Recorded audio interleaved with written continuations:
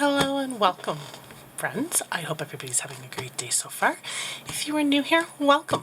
And if you're back, welcome back. I greatly appreciate all of the ongoing support. This is my channel, Dragon's Jewel Creative Gems, and I'm Tegan. And I'm just going to get all those wonderful YouTubey stuff out of the way. If you haven't hit that subscribe button yet, please consider doing so. It's just down below. And if you like the content, please make sure you're hitting the like button on the videos. And of course, if you want to share some love down in the comments below, it's always greatly appreciated. And I absolutely love reading them. I do my best to make sure that I respond back and share some love in your direction as well, because naturally without you, this channel wouldn't exist. And I appreciate each and every one of you. And I thought I would bring some of those Halloween spooky vibes to the channel. There are going to be in the WIP and Chat style format, but I'm going to read some ghost stories of Alberta, which is the province that I reside in.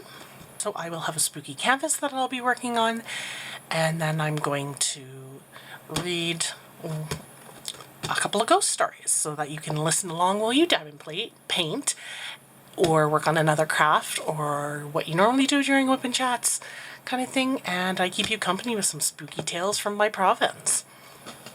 So I figured that would be fun.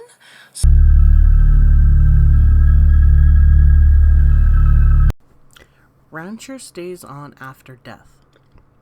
Tell her I'm not a crackpot, Katrina DeBell-Logan protested when she called David Gell, who at the time was the host of CBC's radio Saturday Side Up program. Katrina was responding to an interview between David and me that had aired earlier that day. The ever-courteous Mr. Gell smiled at her comment and then passed Katrina's name and phone number along to me. By now he was used to having listeners phone him after they heard our on-air discussions. When those listeners had a ghost story of their own to tell, they often buttressed their comments with vindications of their sanity. When I returned Katrina's call later that day, I was delighted to find out for myself that she was certainly not a crackpot, but a very down-to-earth, personable woman. Even better, she certainly had a story to tell, a ghost story. For Katrina DeBell-Logan was raised on a haunted ranch not far from Black Diamond, south of Calgary. My grandmother lived on that ranch for 40 years, she began by way of an introduction to her tale. Her grandparents came from Unity, Saskatchewan, to work for a rancher named Ed Marston. The man had no children, and as the years went by, he struck a deal with the couple. Keep living and working on the ranch with me, the same as always, but buy me out over the years, Ed had suggested to Katrina's grandfather. The couple was delighted with the idea and honored that their employer apparently thought so much of them. The bargain was struck immediately, and the arrangement worked well for a time. Katrina's grandparents built a house for themselves on the property near Marston's house, and they worked the ranch as though it was their own. Had it not been for a tragedy, the trio's original plan would no doubt have gone smoothly.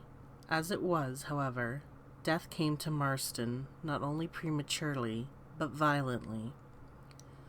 Worse still, police charged Katrina's grandfather with the man's murder.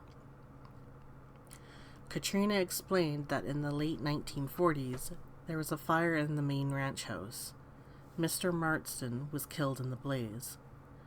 When an autopsy was conducted to determine the cause of the man's death, the coroner found a bullet lodged in his brain. Katrina's grandfather's financial interest in the ranch was seen as a possible motive for murder, and as he was certainly nearby when death occurred, he was the prime suspect. The police surmised that he had shot the old man and then set the house on fire to make the death look accidental. Fortunately for Katrina's innocent grandfather, further investigation determined that Marston had been sitting on a package of 22-gauge shells when the house fire started, and the heat from the blaze had exploded the bullets. Apparently, at least one of the bullets traveled through the man's body and came to rest buried in his brain. The murder charge was dropped immediately, and the ranch hand's name was cleared. He and his wife, Katrina's grandmother, took over ownership of the ranch. Not long after taking over, the couple began to notice odd occurrences around the ranch. A strong wind prevailed across the ranch, Katrina remembered. One day the top for my grandmother's roaster was missing. This disappearance in itself was rather peculiar, but the fact that it was not found inside the house added a further dimension of intrigue to the mystery. Of course, there was always the chance that the lid had been left on the veranda and had been blown away by the strong winds southern Alberta is noted for. Unfortunately, for skeptics, that theory won't work in this case, because the roasting pan lid was found lying on the ground a good distance from the house.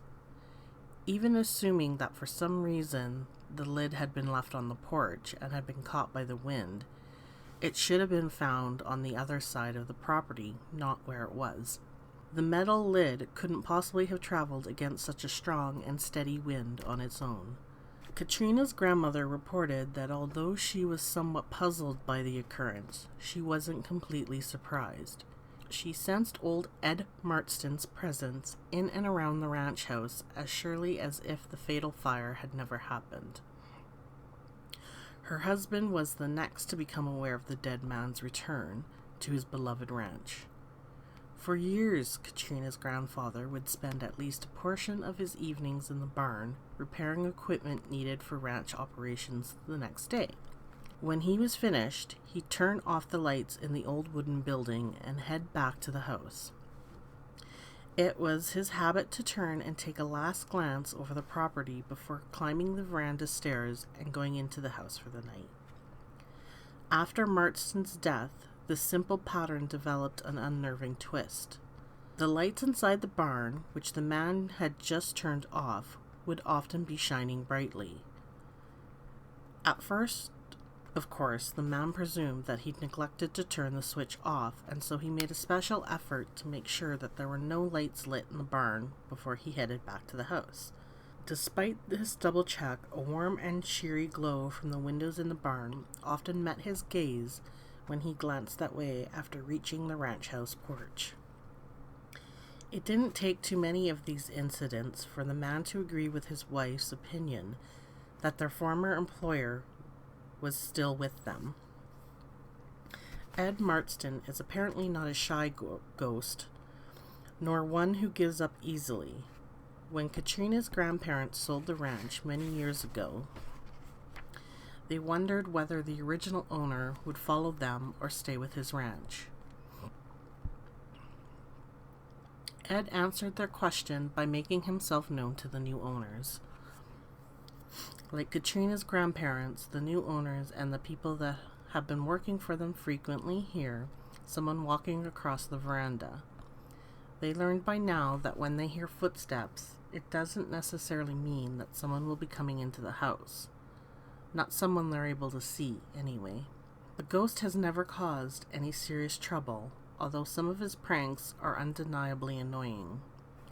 For instance, working in the vegetable garden with a pitchfork seems to be an invitation for Ed's ghost to start playing tricks. He may let you work undisturbed, but you can be sure that the only place you won't find your pitchfork when you need it next is wherever you left it. He moves that pitchfork every time someone puts it down, Katrina explained. Sudden, loud, and unexplained crashes are also heard periodically, and no reason for the racket is ever determined. Recently, a ranch hand working alone in the shop distinctly heard someone come into the building and walk across the concrete floor. Not unusual, perhaps, at a busy ranch, except that there was no one there. Not that the hand could see, anyways. That particular employee's wife has actually seen Ed Marston. He came to her in what may have been a dream. The woman, a comparative newcomer to the establishment, was resting on a couch in the main ranch house when she saw the image of a man. When she arose, she described the vision to her fellow ranch residents, who immediately recognized the description of that of the long-deceased Ed Marston. Ed hasn't restricted his ghost presence to people who actually lived on the ranch either. He spooked the occasional guest at the place too. By now, Ed Marston's ghost has become an accepted entity on his former ranch. Active Apparition stays behind. In the early 1980s, the Hadley family bought a duplex bungalow in the Calder area of Edmonton. Our daughter's friends told them there'd been a murder in the house, explained Nancy Hadley. I had no way of knowing whether that's true or not. The place had been empty for some time when we had bought it. Empty, that is, except for an alarming presence. Initially, the family had no indication that their new home was haunted. Then their daughter Jill awoke one night to see the image of a man at the end of her bed. He held a knife. The terrified youngster screamed at the vision to leave, but it remained. Finally, in a panic, Jill fled from the room to the safety of her parents' bedroom. The next instance took place when Jill's older sister, Shelley, was alone in the house. She was doing laundry, her mind a million miles away, when she suddenly felt she was not alone. Startled, Shelley looked up quickly and saw a figure of a man wearing a cloak. She stared, horrified, for what she estimates to have been 30 seconds. Then the apparition vanished. This vision reoccurred the second time as well. Though it left as quickly as it had appeared, Shelley was able to recognize its appearance from the first visit. Teenage girls sometimes have vivid imaginations, and it might be tempting to write both experiences off as adolescent-inspired fantasies. This haunted house story, however, will not be so easily pigeonholed, for the girls' parents also had encounters with the presence in their home. We built the master bedroom downstairs, explained Ron.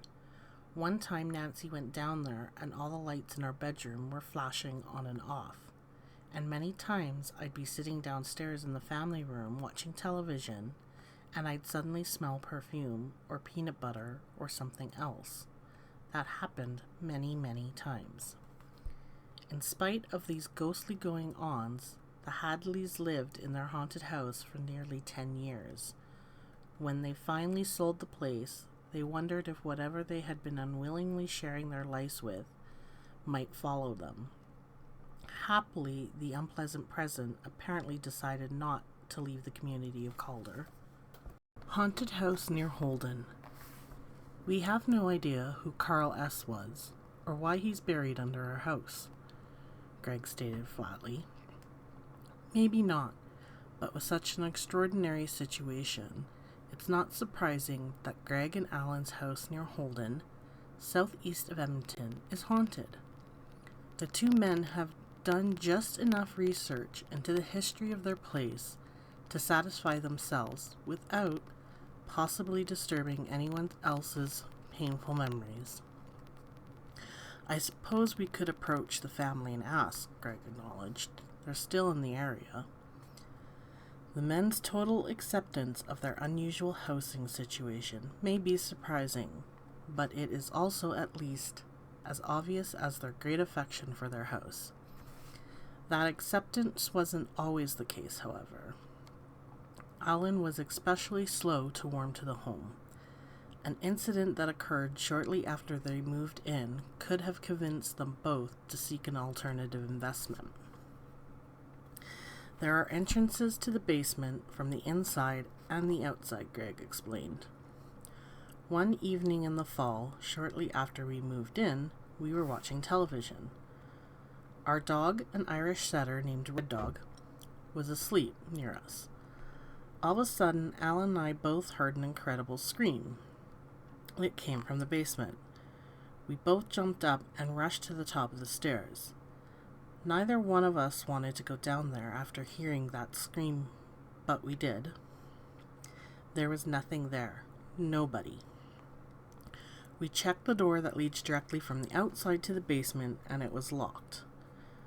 Once their heart rate settled back to normal, Greg and Alan realized that there had been something else odd about the experience. Their dog had slept through the ear-piercing shriek. That certainly wasn't typical behavior of any dog. We both would have felt better about going down into the basement if Red Dog had been with us, Greg chuckled. But it was as if he didn't even hear the scream. The incident spurred Alan's curious nature. Alan is a great one for exploring, and not long after we heard the scream, he was rooting around outside the basement entrance, Greg acknowledged.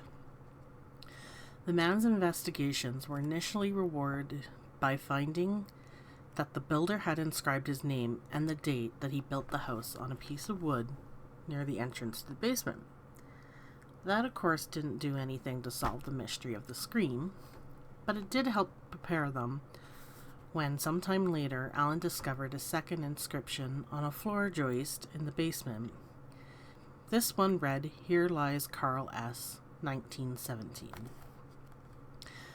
Knowing that someone had been buried under your house for 80 years certainly suggests as many questions as it answers.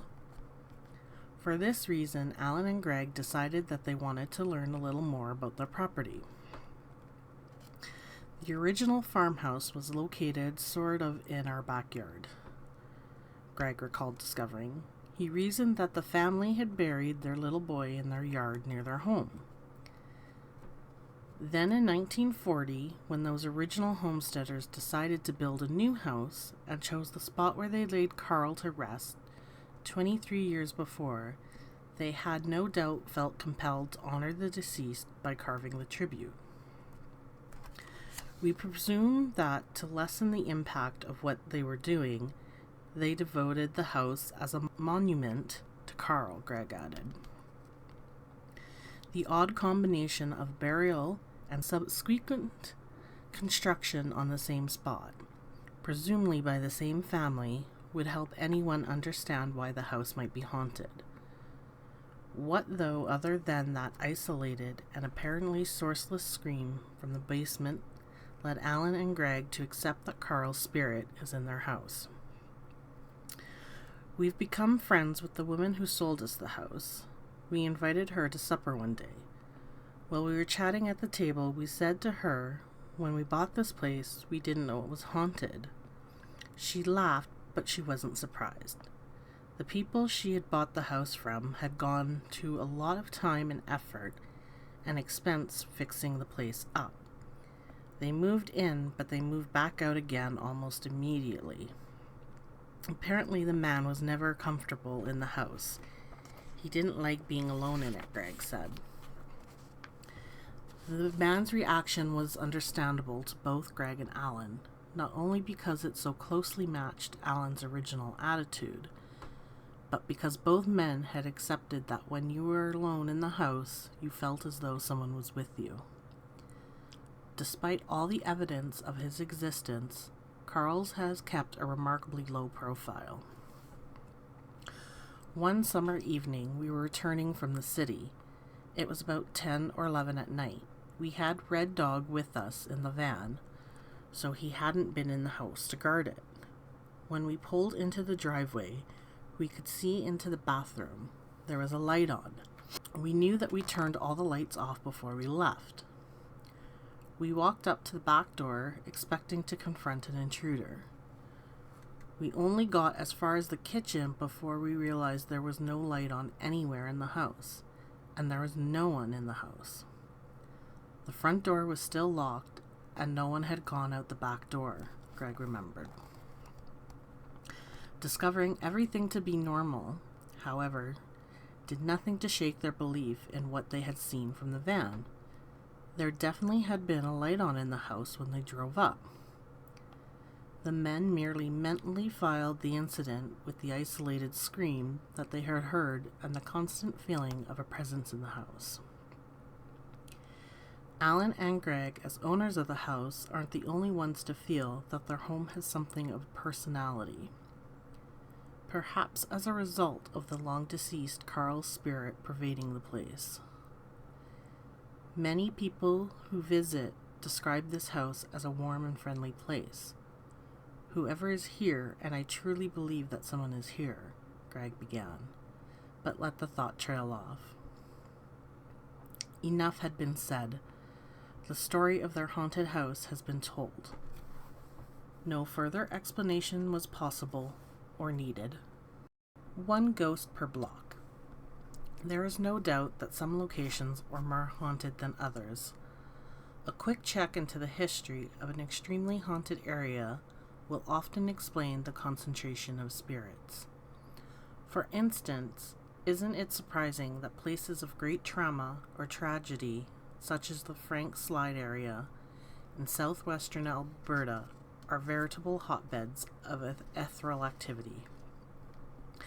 There is, however, a cluster of ghosts in an otherwise ordinary part of our provincial capital that is truly puzzling. The area in question runs along 103rd Avenue, across 122nd Street, 123rd Street, and onto 124th Street. Stranger still is that these stories, which have come to me over the years from unrelated sources, don't seem to be connected in any way except geography. The first story from the neighborhood was told to me on John Hanlon's radio show, Wild Rose Country. A woman called in with the following story. From 1960 to 1966, she had lived with her family at 10346 123rd Street. The house had been gone for years now, demolished to make room for a parking lot. But the caller remembered vividly the strange events that took place during those years. The ghost wasn't a constant presence in the house, she began. It only appeared 3 or 4 times a year. The apparition was that of a young girl about 7 or 8 years of age. She only appeared when I was alone in the house. No one else ever saw her. She was dressed in white and had long hair. The child's image would run past her, she recalled. Although the woman was understandably startled by this sight, she explained that it wasn't frightening at all. I got used to it. Where this occasional young visitor from beyond might have come from is nearly as puzzling as where she might be now, given that the house that she sometimes haunted has been torn down. Less than a block away, in a high-rise apartment building, there's another female ghost, but this one is an adult. We first noticed her in about 1984, Floyd Pester stated calmly. Floyd and his wife, Heather, began noticing that small objects around their apartment would be moved about while they were out. Brass ornaments that had always sat in a particular pattern would be arranged or even laying on their side, rather than standing up, when the couple came home. The Pesters were only mildly puzzled by the phenomenon until larger objects began being moved. It was then that they discovered that more than just their suite was involved. One day we came home and found a pitcher and jugs that normally sits on top of a dresser had been moved, and the jug was now laying on its side. The dresser sits over the hot water heating unit, so I thought the building manager had been in our apartment while we were out. I asked her and she said no, she hadn't been, and asked what made me think she had. Floyd remembered. Apparently the manager had good reason to be curious, for the building ghost had also played tricks on her. She told me that when she was alone in her apartment and in the tub, Floyd recalled, she could often hear doors opening and closing. This was a spirit that wants lots of attention. Floyd explained that the controls of their stereo system were in their den and that there are speakers in that room and in the living room. One evening, Heather and Floyd were entertaining guests, and so the stereo's volume control had been set to provide pleasant background music to their conversation. Suddenly, the stereo's sound level went from background to booming, Floyd said. He added that there was no one in the den near the stereo's controls at the time. Perhaps the entity merely wanted the Pesters' attention diverted from their guests and back to her. Floyd's cousin, who lived in the same building a few floors below the Pester suite, acknowledged that he also knew of the poltergeist presence in his own apartment. My cousin would come home and find his balcony door open or his screens adjusted, Floyd said. When his cousin went away on a trip, he asked Floyd to water his plants for him. Just inside his door, there was a strange room, Floyd recalled. He had a deep freezer in there. It was plugged into the light socket with an extension cord, so I didn't want to do anything with the light switch. All I did was open the freezer door and feel for the cold. When my cousin got home, he asked me if I'd been into his storage room. I told him that I had and explained why. He told me I could have turned the light off when I left the room. I told him that I never turned it on. After a few occurrences like this one, the two men nicknamed the entity Cobb. It's short for Cobra, Floyd explains, because she's sneaky. He recalled a trick that the spirit played while the two men were together. We were in my cousin's apartment, getting ready to go out. We were both in the hallway, putting on our shoes, and all of a sudden the taps in the kitchen turned on, Floyd said with a chuckle. He went on to add that water faucets aren't the only things in the haunted building that turn on when no one's near them. Lights will turn on too. Floyd explained that there had been a suicide at the building some years ago when a woman killed herself by jumping from her 12th floor suite. Is this the only reason that he thinks of the ghost as female? No, Floyd Pester has a much more concrete reason for believing that the resident spirit is a female. I've seen her, he told me. I was sitting in the den and I watched my wife walk past, then my cat, and then my wife. There were 3 of them, and the first one wasn't my wife because she, the only one who was really my wife, followed the cat. Floyd isn't the only person to have seen the apparition. People say they see her walking along the hallway and around the corner. Then she's gone, he explained. Even visitors can sense her, and our cat, Wilberforce, is very aware of her. He certainly reacts to something, and we're way up on the 11th floor. There's no traffic that could be bothering him. With all this paranormal activity, are the Pesters ever uncomfortable in their haunted high-rise? Floyd Pester's reaction was completely matter-of-fact and probably revealed a very pragmatic nature. Oh no, she's never done anything bad. She just likes to play a little prank, he quipped. The tenants in a smaller apartment building, only 2 blocks away, were not able to accept their ghost quite as calmly.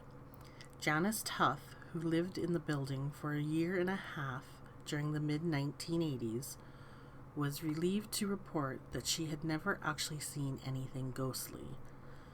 When I first moved in, there was no one living in the apartment under mine, and yet I heard footsteps. They were heavy, like work boots on a tile floor. The sound was strongest in my kitchen. I didn't think much about it at first, except that it was more walking than would be necessary in a place that size. Once the lower suite was rented out, however, Janice realized that she might have reason for concern. I had been out one evening, and the next morning the tenant from downstairs knocked on my door to tell me that I'd been walking around like an elephant all night before, and would I please keep it down, Janice reported. Some co-workers of Janice's had also lived in the building. They had by now begun to tell her some very strange stories about their own, about the little apartment block. Having heard those stories and knowing that her suite had been vacant the previous evening, Janice was on guard against alarming the new tenant. She merely apologized and assured the woman that she'd make a point to walk more quietly. One man whom Janice worked with had actually lived in the suite that she now called home. He recalled thinking of his apartment as the safe suite. A friend of his also lived in the building at that time. Strange things would happen in her apartment. For instance, the stereo would come on in the middle of the night. She would seek refuge with him, Janice recalled. While her suite had a reputation as being a good one, there was also a bad suite that seemed to have a very bad effect on anyone who tried to live there.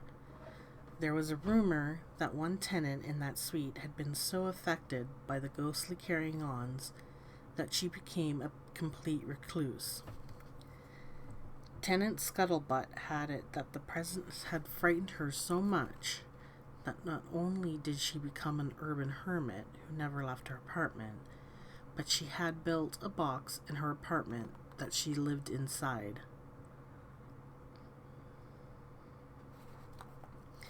What could account for such a destructive presence in a seemingly ordinary apartment building? Often when a place is haunted as that building seemed to be, it becomes difficult to tell what is caused and what is effect. In the 1920s, 30 years before the apartment block was built, there was a murder at that address. The ghost could convincingly be the spirit of the victim, justifiably angered at his life being snuffed out prematurely. Of course, it's impossible to know for sure who the spirit is. What can be documented with certainty, however, are the noisy, apparently sourceless footsteps, the sightings of the apparition, and the very ghost-like activities involving electrical equipment, and the unfortunate series of events that have plagued the building. There were stains in the hallway, and people said they were from gasoline when someone had tried to burn the place down, Janice said. That radical action could have been taken by someone under the spirit's influence. It could have been an attempt to destroy what someone may have felt was an evil place, or it could have been completely unconnected to the haunting. Just 7 blocks north of this ghostly concentration, another entity existed for a time in a house that writer Mark Kazab and his roommates rented. Mark began his retelling of the events by explaining that all of the incidents took place within the first couple of months in which he lived in the house. This situation isn't unusual and might indicate that an unpleasant spirit can be rendered impotent or even driven out completely by happy, positive, energetic occupants. Conversely, an empty house can become a virtual incubator for paranormal activity if a malevolent force is present. Fortunately, the spirit that Mark and his friends temporarily shared their lives with was completely harmless and non-threatening. My brother came to visit me one evening, Mark recalled. I knew he was very tired. The next day he called me. He wanted to apologize for having acted strangely as he was leaving. Mark tried to reassure his brother by telling him that he hadn't noticed anything except his exhaustion. His brother's reply came as quite a shock to Mark. He said that as he was going out the door, he had glanced upstairs and was sure he had seen a little girl standing at the top of the stairs. That had already thrown him because of course he knew there was no little girl living in the house, Mark related. Mark thought to mention his brother's concern to a young woman who was also living in the house. Her reaction surprised Mark. She told him that she frequently felt a draft right at the top of the stairs. She said it wasn't the kind of draft you get from an open window, but more like the feeling you get when someone walks past you, he remembered. Not long after the brothers' visit, the crashes started. One night, Mark was in bed when he heard a thunderous bang from the room directly above. It was so loud that it sounded as though my filing cabinet might have fallen over, he described. Mark checked it out immediately, but found nothing out of place anywhere in the house. The crashing sound was not an isolated event. Other tenants heard the racket on other nights, and Mark's roommate thinks that she too may have seen the ghost. One morning, she asked me why I'd come into her room the night before when she'd been sleeping. I told her that I hadn't, and she suggested I might have been sleepwalking, Mark related. He told the young woman that he doubted that possibility very strongly, as he had absolutely no history of sleepwalking. She was pretty insistent, though, and she wakened up through the night, and that just for an instant she'd seen an image beside her bed. I don't know what it was that she saw. I'm just sure it wasn't me, he attested. Mark may have had one other experience with the spirit. It was in a dream, he began, the kind you wake up from just terrified. In the dream, I saw a little girl. She would have been about 4 years old. She told me that she was the spirit that haunted the house. She said that she had been murdered by her father and that he'd buried her out in the yard. Mark had no way of knowing the effect that particular antidote would have on me. It was almost word for word a story that I heard from a completely different source. Fellow ghost hunter Ron Hadley and the preservation technician at McKay Avenue School, Edmonton Public Schools Museum and Archives. Ron is very attached to the stately old brick school, even though the place is not as haunted now as it once was. Peter, the resident ghost who's haunted the school for decades, has either left the building or is keeping a much lower profile these days than he once did. Ron was in the habit of communicating with Peter through a Ouija board. Lately, though, there's been no sign of the phantom, either through recognizable antics of his doing or through his responses to Ron on the board. This absence of spirit at the school coincided with the publication of my earlier book. Of course, we have no way of knowing whether Peter was annoyed with being written about and left McKay Avenue School for that reason, or whether his ghostly thirst for attention was satisfied by being the lead story in the book, and he finally felt free to go on to his final reward. There is the possibility, too, that Peter's departure following the book's publication was merely coincidence. Whatever the case, Ron no longer feels the presence of his old friend Peter the way he used to. He still, however, keeps a Ouija board at the school. As a matter of fact, he keeps 2 of them there. The first board Ron brought into the school was one he borrowed from his daughter's supply of toys. It may have originated as a toy, but that Ouija board proved to be a powerful medium. Ron had so much success with the borrowed board that he decided to build his own from scratch. He reasoned that if he ever used his own time and talents to craft the transmitter receiver, his connections with spirits would be enhanced. Ron's theory failed him completely on one particular Saturday night. Some friends wanted to use the board with me. There were some things that this woman wanted to find out about her past, Ron explained.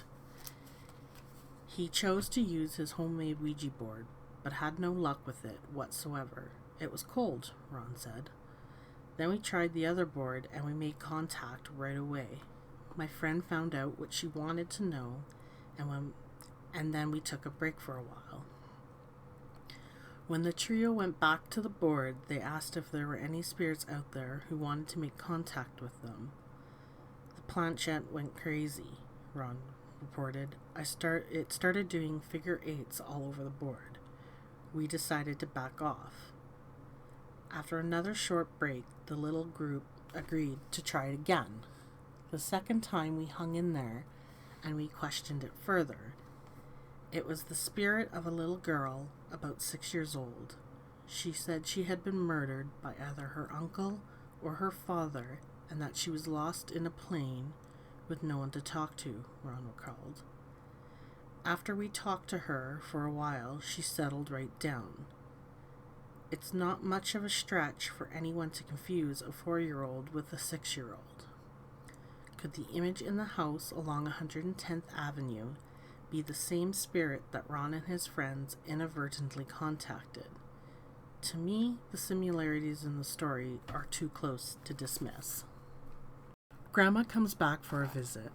Some people know very well that they are especially intuitive or sensitive.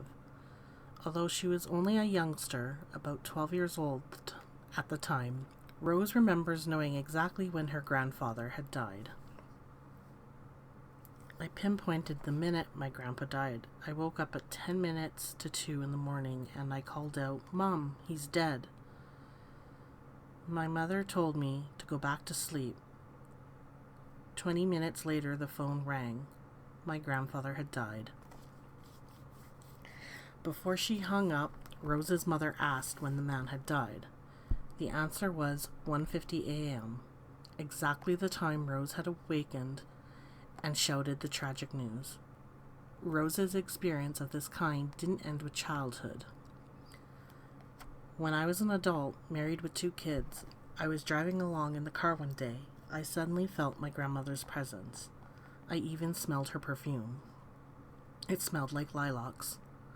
For just a second, I got goosebumps, but then I just got a warm feeling. My grandmother was a really good person, she explained. Her visit with Rose was not the deceased woman's first. When my grandmother died, she visited my mom. She told her everything's all right. Both women felt assured after being made aware that the older woman they both still loved and missed had in fact remained a presence in their lives.